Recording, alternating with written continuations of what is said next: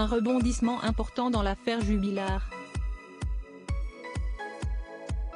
Précédemment, un ami de Cédric Jubillar avait proposé un de ses logements à la justice.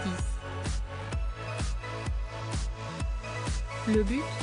Celui d'accueillir l'artisan plaquiste sous bracelet électronique. Et si cette demande avait été précédemment rejetée par la justice, tout porte à croire que cela pourrait prochainement arriver.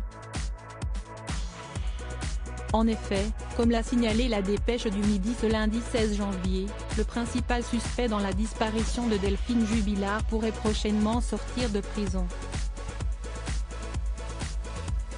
Pour cause, comme l'ont signalé nos confrères, les services pénitentiaires se sont rendus, vendredi 13 janvier, dans l'appartement qui pourrait permettre à Cédric Jubillar d'être assigné à résidence, sous bracelet électronique, dans l'hypothèse d'une remise en liberté.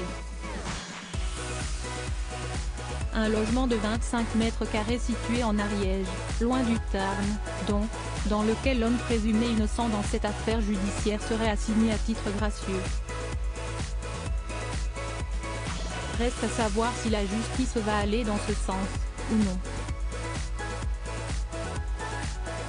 Supérieur à lire, minute par minute, Delphine Jubillar, retour sur le jour où elle a disparu. Un logement déjà refusé par la justice le 22 septembre dernier, Le Parisien avait rapporté que le tribunal avait refusé que Cédric Jubillar soit libéré et sous bracelet électronique dans ce fameux logement.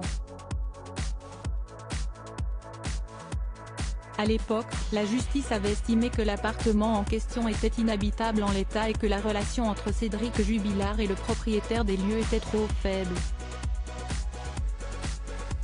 Le profil et les motivations de Christophe ainsi que la solidité de son lien avec Cédric Jubillar sont remis en question par un juge des libertés et de la détention, pouvait-on lire. Pour rappel, les deux hommes s'étaient liés d'amitié en jouant à un jeu téléphone en ligne. Seulement, toujours auprès du Parisien, le propriétaire du logement qui pourrait accueillir Cédric Jubillar avait partagé son avis sur le refus prononcé par la justice. Je ne comprends pas que l'on puisse dire cela. Le studio mis à disposition est en bon état et tout à fait habitable, avait-il assuré. Avant de supputer ensuite sur le refus de cette demande, peut-être y a-t-il eu une confusion avec un autre appartement situé dans le même immeuble et sur le même palier qui, lui, est en chantier.